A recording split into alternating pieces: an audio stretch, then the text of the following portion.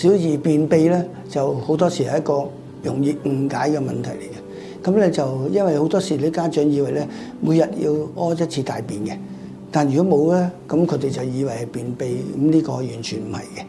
咁正式嚟講，我哋喺便秘就係呢啲小朋友咧屙啲大便，不但止又硬啦，咁又實啦，再嚟咧屙出嚟咧要好辛苦嘅，或者咧又甚至咧就容易咧個肛門口或者啲損，咁咧然後我哋先叫做便秘嘅。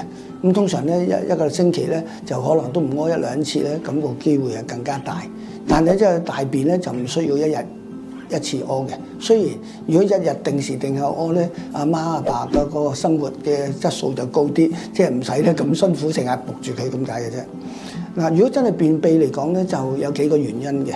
咁有啲小朋友咧就可能食嘅嘢嚟講咧，特別咧係唔足夠纖維，即係瓜菜比較少。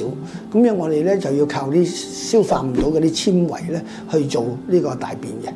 如果唔食嘢，咁佢啲大便咪唔夠咯。所以咧要足夠嘅瓜菜。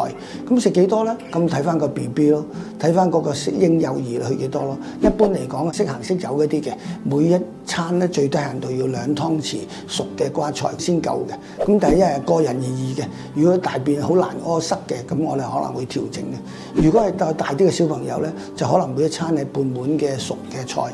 咁呢個你可以參考衛生署咧就寫得好好嘅指引，均衡飲食，咁佢哋寫得好清楚㗎啦。嗱，咁食咗瓜菜嚟講咧，如果你唔飲水唔夠咧，都會大便會便秘嘅喎。咁所以咧要同步咧，最好咧一齊有水飲。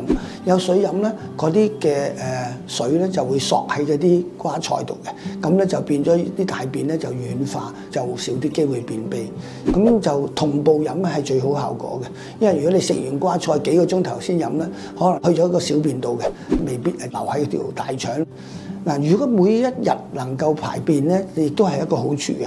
咁因為咧啲大便如果擠喺個肛門太耐嚟講咧，咁佢都會慢慢吸收咗啲水分咧，就會形成佢硬嘅。咁所以養成良好嘅生活習慣咧，都係一件好事嚟嘅。譬如每日食飽飯之後半個鐘頭晚飯咁，如果大啲嘅小朋友啦，3、4歲嗰啲一齊可以坐喺度同佢傾下偈，講下學校，講下親子時間，咁就等佢去排便咯。咁可能有個好處嘅，每日佢一次以後成世人咧，一排便佢就會掛住佢阿媽噶啦。咁所以呢個嚟講咧，真係一個親子嘅時間嚟嘅。咁咧就排便最重要咧，嗰啲小朋友要 happy。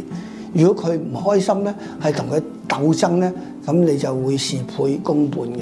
所以最緊要令到佢咧係一個好嘅環境、好嘅時間，咁就會比較好啲。即係總括嚟講咧，媽媽咧就可以做嘅，俾足夠嘅瓜菜，俾足夠嘅水分，養成良好嘅生活習慣，咁咧就令到佢好開心。